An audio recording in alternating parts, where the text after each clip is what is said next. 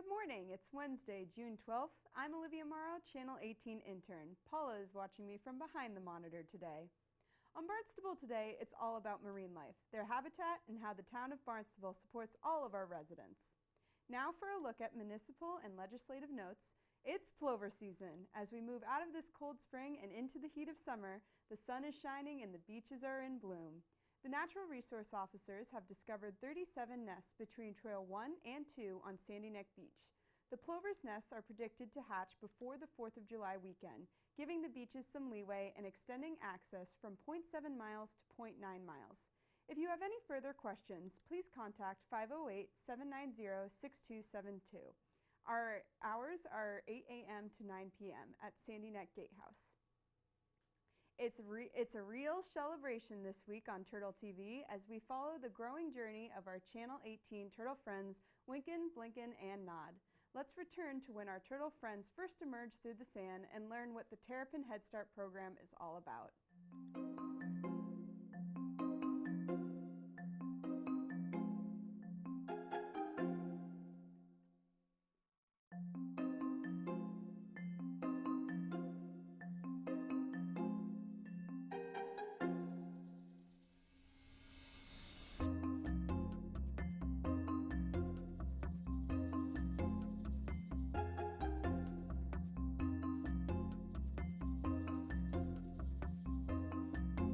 It's back to school for the Diamondback Terrapins. The Head Start program is in full swing out here in Sandy Neck. With me today, Natural Resource Officer Sean Cordes. Sean, we've got some babies. We do, yeah. Yep, so this is always one of my favorite times of the year. It's in that stage of the program where a lot of these nests that were laid in June and July are finally starting to hatch out. So we're starting to see the small Diamondback Terrapin hatchlings in the wild make their way out to the marsh. And then we're also getting our first hatchlings for the Head Start program that we do here in the town of Barnstable. So we're out monitoring some of those nests today and getting them ready for the school year.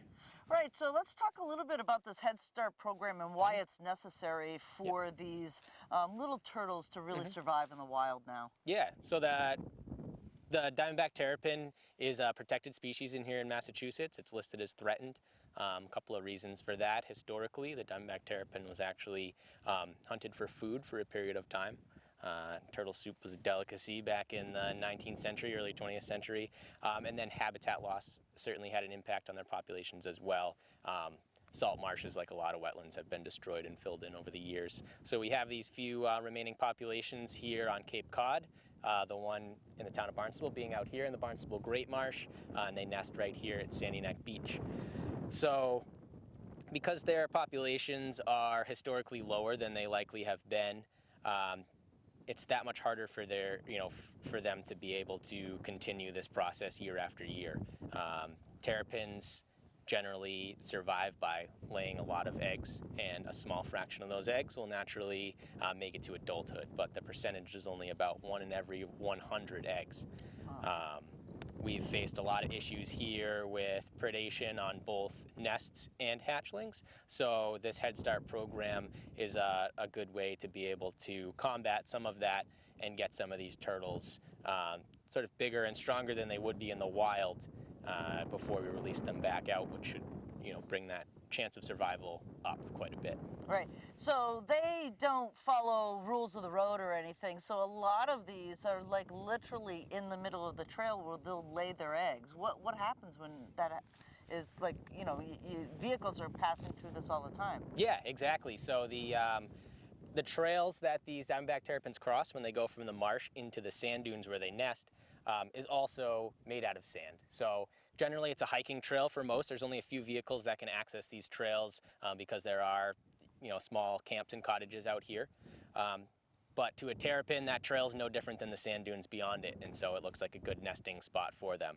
So these nests that are laid in the trail would otherwise be run over if we weren't out monitoring them. What we're able to do is actually find those nests and carefully extract them and relocate them to a new, safer site, and we monitor those out throughout the season until this time of year when they hatch out. And those are the turtles that we use for this Head Start program. And they will be raised by schools and some other organizations throughout the season so that we can release them out next season. Right. So let's talk a little bit about the Head Start program itself. So these turtles don't remain with you at the gatehouse. They go to schools and senior centers. And so tell us how that works. Yeah, so once these nests started hatching out, which we're seeing this week, we've had our first hatchlings sort of make it to that stage. We take care of them here at Sandy Neck until they get to the point where their yolk sac dries up. That's on the plastron, or that sort of underside of their shell. And that actually provides them with enough energy and nutrients to, in the wild, be able to make it out to the marsh, or to make it to a nice spot in the sand dunes to be able to burrow down and sort of go into a type of hibernation, throughout the winter. So these particular turtles for our Head Start program aren't doing that. They're not going out to the marsh this winter, but we still have to wait for those yolk sacs to dry up before they can start eating on their own. So once that happens, they get transferred over to our main headquarters at MEA, and they're in small tanks there until the point where they're able to feed on their own. And from that point, we're able to distribute them out to schools, to libraries, all of these great programs that are part of the overall Head Start program. And they stay in those tanks throughout the winter time. And instead of in the wilds, they'd be hibernating, not doing much, not growing. They're in these tanks in warm water, they're eating lots of food every day, and they're growing big and strong. And generally, throughout that 6 to 8 months, they're gonna grow to be about the size of a 3-year-old turtle. So their shell's nice and strong and solid, and they're released right back out into the marsh. So a lot of those predators that would normally go after them when they're just a tiny little hatchling aren't gonna have that opportunity. So it's been a really good system. We've seen it, it's been pretty successful thus far. So we're excited for another year of it. So tell me a little bit about what kids are learning when you put a turtle in a classroom, or even libraries, or a senior center. What do people learn from this opportunity? Yeah, well, it's a great program. They learn everything from just the anatomy of that animal, of a little turtle, to the ecology of the whole system here at Sandy Neck. So they're learning all about the resources here in the Great Marsh and the Barrier Beach, and they're also learning about what we can do to protect species in the world and here in our own backyard. So they are working with an endangered species and understanding that it's a fun process to be able to be a part of this program and watch them grow, but it's also really important for conservation efforts. They are having a direct impact on restoring a population right here on Cape Cod. So this is one of those nests that's part of our Head Start program. As you can see, that's a bucketed nest, one that we relocated right from the marsh trail just off to our left-hand side here. And what I'll be doing now is pulling this cap off the top and checking to see where we're at with the hatching process.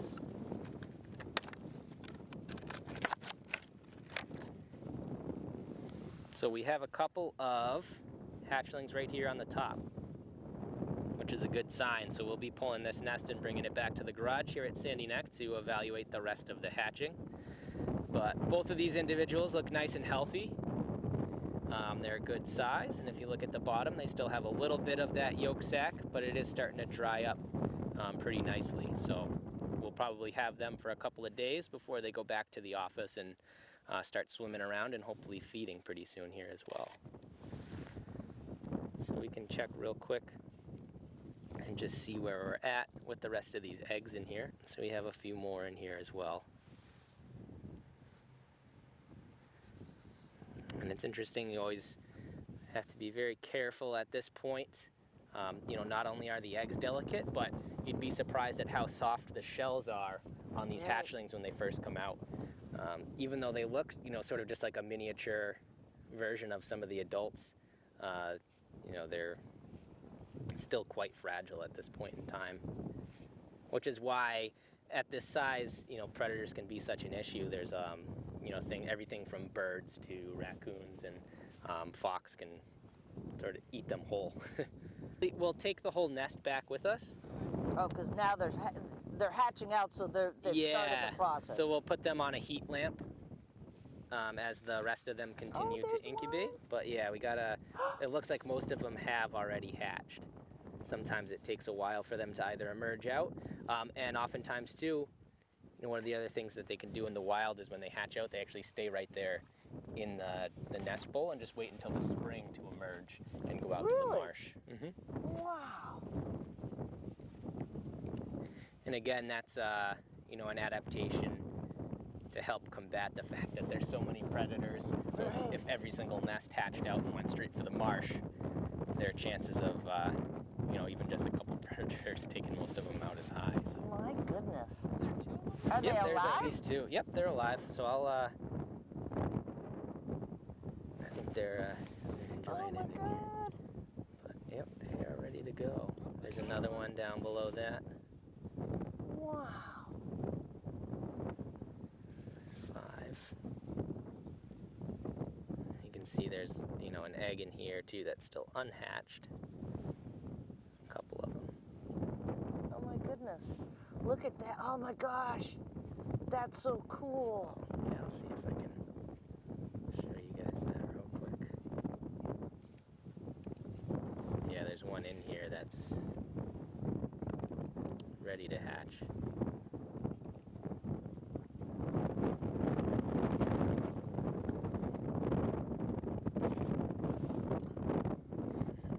Is it like cracked? Yep. Yeah, so the turtle's in there. It's you know, started to crack out of its shell, and you know, pretty soon it should be, you know, probably on its way up. So it's hard. It might be hard to see on the cameras, but I can show you on these animals. On the very tip of their nose, when they're first born, you can see that little point. Yeah. That sharp point. So that's an egg tooth. A lot of reptiles have this. A lot of birds have this, and that's there to help them actually crack through that shell of their egg to start out with and emerge. So you also see that out here on, you know, like the piping plovers and the least terns. They'll have those, and it'll go away after a period of time. So these same turtles, if they're the ones that, for example, stayed underground in the dunes over winter and they came out, that would be gone by the springtime. So you can tell that, you know, they had hatched out in the fall and were just emerging. Oh, no kidding. So cool. Yeah.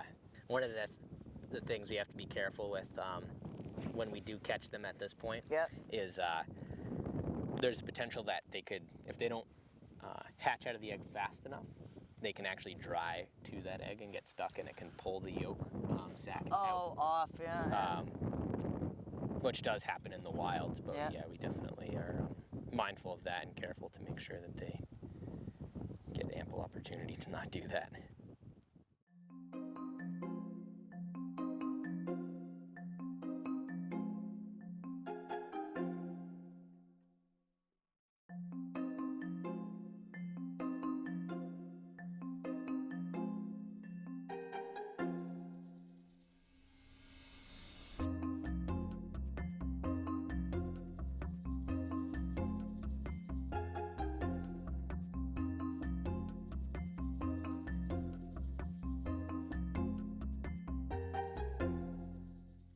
After 8 months of growing progress and solid care, our natural resource officers have given us the thumbs up that it's time to send our turtle friends home back to the Great Marsh. Let's take a look. The time of year has finally come in which we will be parting ways with our Channel 18 turtle friends, Winkin, Blinkin, and Nod. It has been an incredible journey these past 8 months of watching them grow as well as thrive in their protected enclosures. Like many parents, it's time for us to send them out on their own into the real world. Here on Turtle TV, we are all about the Terrapin Head Start program. This program was started for the sole purpose of protecting an endangered turtle species known as the diamondback terrapin turtle. These cool little dudes have many interesting features, including the fact that they can live in both salt and fresh water. For many decades, the diamondback terrapin turtle numbers have decreased so much that their species is now endangered and categorized as threatened. This is due to the cause of predators, humans, and habitat loss. These beautiful creatures survive by laying hundreds of eggs. The turtles even nest in local places like the Great Marsh. The Great Marsh has suffered loss of habitat due to land development. Many predators such as foxes, raccoons, herons, seagulls, and even humans prey on the turtles for food. These babies are an easy target since they are defenseless. The Terrapin Head Start program was developed to turn those decreasing numbers around. In order to increase their chances of survival, the goal is to help the turtles grow bigger and stronger before releasing them back into the wild. This will hopefully ensure better chances of laying eggs and restabilizing their species population. When a nest is discovered, the natural resource officers step in and do everything they can to protect the turtles, like cover them with milk crates to keep the nest protected and allow them to hatch safely. Once the turtles have hatched, they get distributed to protected areas like schools, nursing homes, and even our own studio here at Channel 18. The turtles are fed and well taken care of until they are about 3 turtle years old. Once they are of age and ready to be released, the officers will pit tag the turtles by inserting a tiny wire just beneath their skin in order to keep track of them. Through this program, humans, especially children in schools, learn about the life, development, and ecosystem of the diamondback terrapin turtle. This will help enhance animal awareness and encourage environmental protection for all ages. With the help of Barnstable's Natural Resource Officer, Sean Cordes, our very own Channel 18 turtles, as well as the turtles from the MEA building, will be publicly released at 5 p.m. Thursday, June 13th at Sandy Neck Gatehouse for the 7th annual Diamondback Terrapin release. We ask that you park at Sandy Neck Beach and walk to the gatehouse. For more information, please call Marine Environmental Affairs Division at 508-790-6272 or direct your questions via email to amy.croteau@town.barnstable.ma.us. All are welcome to watch us wish our friends luck and send them home. The 7th annual Terrapin release is upon us. We take a look back at last year's successful release led by Natural Resource Officer Sean Cordes to understand the completion of the Terrapin Head Start program.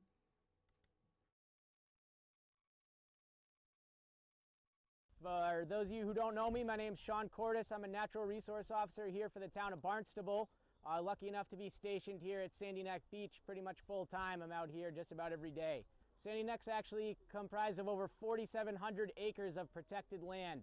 About 3,500 acres of that land is right here in the Great Marsh, which is the second largest salt marsh in all of Massachusetts. And that's where our terrapins are from. So the diamondback terrapin is a really cool animal. Terrapins are the only species of turtle that have adapted to live in brackish water, which is where freshwater and saltwater mix in different estuaries like salt marshes up here in the north or mangroves down in the south. So the diamondback terrapin's range stretches all the way from the Gulf of Mexico all the way up here to Massachusetts, which is their northernmost range. So you won't find any terrapins north of Massachusetts. They're also a protected species here in Massachusetts. They're on the endangered species list and they're listed as threatened. And they got that listing for a couple of reasons. So number one is habitat loss. Diamondback terrapins live in the salt marsh, which is a type of wetland, and historically, unfortunately, we've lost a lot of our wetlands. So we do a few things here at the beach in order to help protect these animals. One of those, when we're walking out here and you might see them, we have milk crates that are buried in the sand. So if you're ever hiking the trails and you see those are actually terrapin nests that are underneath those. So we're able to actually go out day to day and monitor terrapin nesting, which is happening right now this time of year. And when we find a nest, we can put one of those crates over the nest and it works as a predator excluder device and keeps a lot of those predators away that would otherwise go after them. So that's one of the things that we do, and that helps the turtles get to the point of hatching. When they hatch out, they're about the size of a quarter in September, October. And that's when we've got a lot of these turtles from different organizations. We have a few that we raised ourselves. We have the turtles from the Cape Wildlife Center here today. It's a really treacherous journey to get back into the marsh, and only about 1 in every 100 terrapins is going to make it to adulthood. So it's a really low number, unfortunately. One of the great things that we're able to do here today that you're going to see is this Head Start program that's been incorporated for over 10 years now within the town. And so what happens is, as we walk down the marsh trail, you're going to see that this is still an active trail for some vehicles, but the trail's also made out of sand. So to a terrapin, it's a really good spot to nest. It looks like an ideal place. So some of those terrapins actually lay their eggs directly into that marsh trail. But luckily, again, we monitor every single day out here, and we're able to actually find those nests after they're laid and relocate them to a safe area where we can monitor them over the course of the season until they hatch out. And those are the animals that are then given out to organizations like schools and libraries and Cape Wildlife Center and all these great places that do a really good job taking care of them over the course of the winter.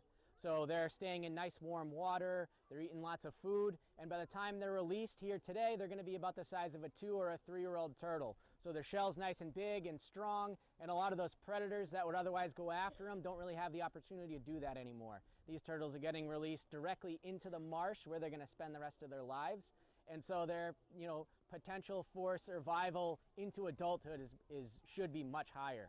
One of the really cool things I want to talk about real briefly before we get going too is we were able to add one more thing this year to a lot of our turtles, and that was implementing pit tags.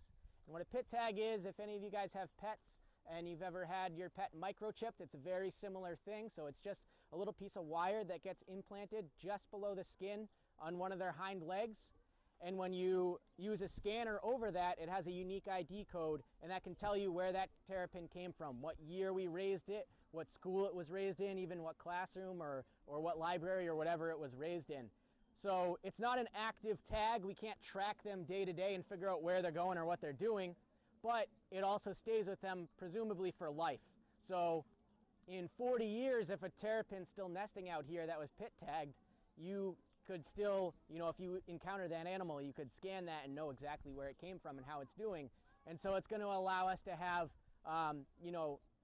more opportunity to really monitor the success of the program and how well this population is doing. So we're really excited that we're able to get that going this year and to incorporate it more in the coming years as well. And just one real quick story I do want to mention with the turtles from the Cape Wildlife Center. One of the reasons why I keep mentioning those ones, we have them with us here today, is that those turtles ultimately came from a terrapin that was struck by a vehicle on the road. So it was hit while it was trying to find a nesting site here on 6A in West Barnstable. Ultimately, that turtle had to be put down. It wasn't able to be rehabbed, but Cape Wildlife staff was able to work really hard to actually extract those eggs, and we're able to put those eggs into a bucket and relocate them here at Sandy Neck, where we monitor them, and they actually hatched out into hatchlings and were then raised in part of the Head Start program. So, I just thought it was a really cool opportunity that was able to come together and give those animals a second chance, even though, again, that adult wasn't able to make it through that. And lastly, the actual release site is going to be going a little bit through the marsh, so you might get a little bit muddy and a little bit wet, but that's all part of the fun and the excitement of the release. And everybody can file in behind, and we'll take a nice stroll down the marsh trail into the marsh to say our last goodbyes.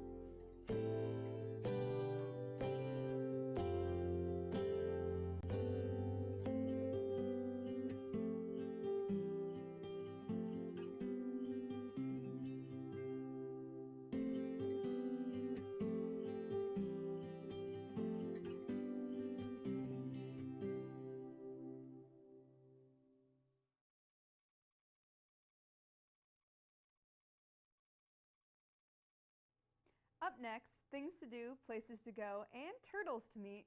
The Terrapin Head Start program was created to help restabilize an endangered turtle population in the Great Marsh. If you care to learn more, come join us and Natural Resource Officer Sean Cordes this Thursday, June 13th, 5 p.m. at the Sandy Neck Gatehouse for our final farewells to our turtle friends. We look forward to a turnout. We look forward to a good turnout tomorrow as we send our Shell-lebrity turtles home. Thanks to all of you for watching. I'm Olivia Morrow, Channel 18.